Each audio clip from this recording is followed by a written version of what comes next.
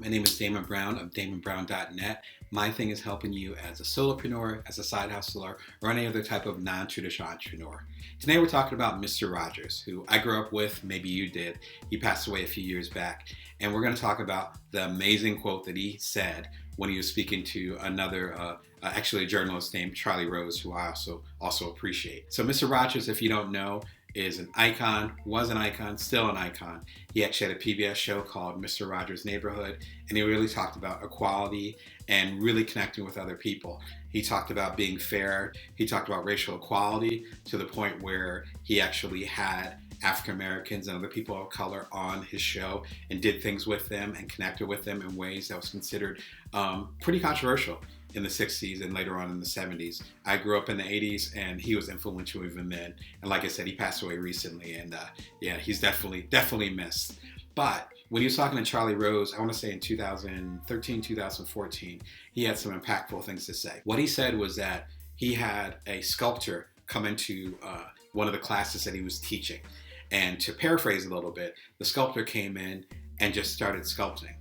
And Mr. Rogers was going to, Fred, if you want to call him that, Mr. Rogers was going to go ahead and say, this is what the sculptor does, and this is what he's into and all that. But instead, the sculptor just came in, did his clay, or I haven't sculpted in a while, so forgive the terminology, but got his clay or whatever and broke it down.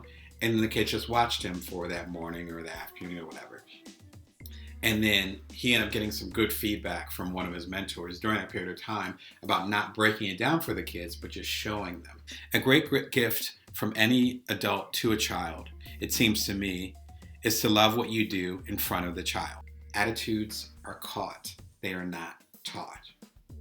In other words, to bring it back to the sculptor didn't have to say, I'm doing this work and I love it and this is great and this is how you make the face, assuming it was a bust. This is how you make the face, this is how you make the shoulders. He didn't have to do that, assuming it was a he. He didn't have to do that.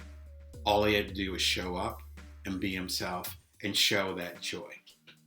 I'm a parent of 2 kids, both of them are 7 and under. I'm the primary caretaker. This impacts me a lot. If you're any type of guardian or if you have any type of leadership, if you have a niece, nephew, or any type of kids in your life, you understand how important this discussion is. It means a few different things. The first thing is to show, don't tell. Show, don't tell. I was talking to someone recently about fatherhood, and we were talking about how to pass on these particular things to our kids because we have a certain legacy that we want to uphold, number one. But then number two, we also have these certain standards or ethics that our family's created, in my case, my wife and I, and we want to pass them on to our children, of course, right? It's like we want you to be good citizens, or a definition of that. And what we realized during this conversation was that most of the stuff that our kids do isn't based on what we say to them, but based on what I would call social cues. Most of the things that I've learned in my life to be a good citizen, to be a good man, whatever definition you want to use, whatever metrics you want to use, they were based on my father and my stepfather and me observing them.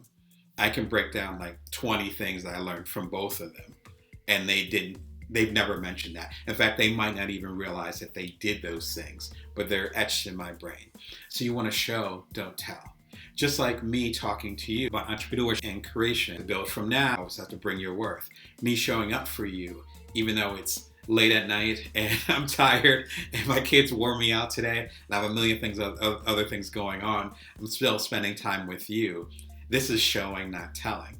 Because it's not an ideal time for me to be recording something, but I'm still showing up.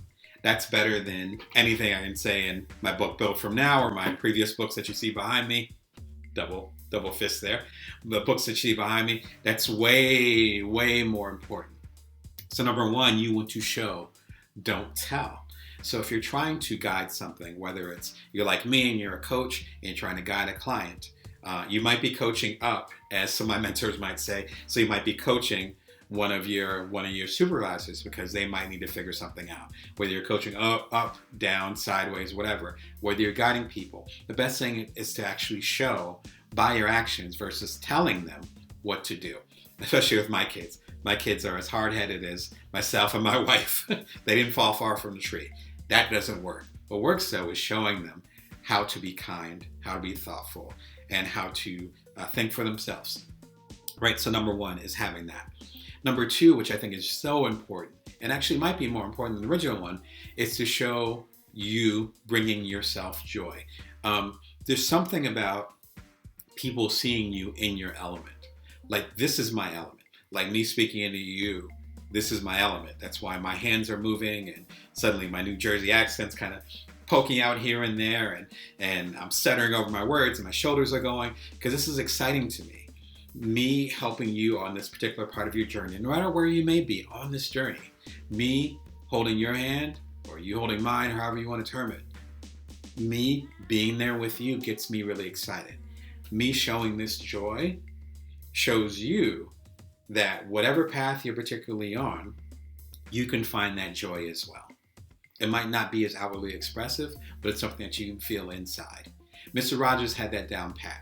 His ability to be on the air with PBS, I don't know, I'm in my 40s, so he was on the air for 40, 50 years. I was watching him when I was my youngest kid's age, right? His ability to do that was impeccable, amazing. Again, watch the old clips on pbs.org or whatever. Like, you can see that magic and that power in that. And that's because he was doing what was joyful for him. In fact, his background was in the military.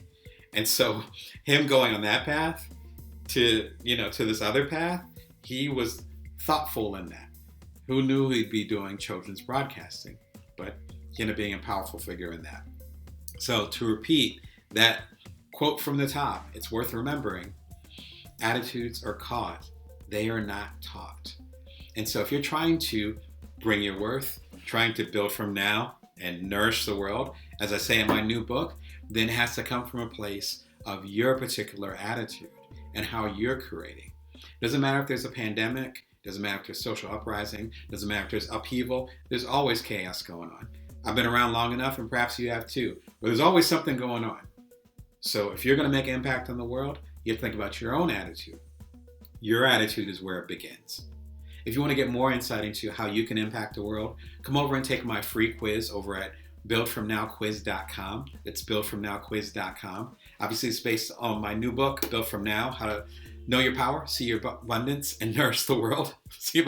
I've been saying it so much, I'm like twist tying on it. But it's definitely buildfromnowquiz.com. If you check it out, it's a free quiz. It'll take 2 minutes. It's 3 or 4 multiple choice questions. It will tell you what your biggest resource is between focus, agility, time, and energy. That will prep you well for the book. If you end up grabbing it, even if you don't grab the book, at least it'll give you some insight and help you figure out what your path is next. Anyway, remember to always bring your worth and that you can always build from now. Take care.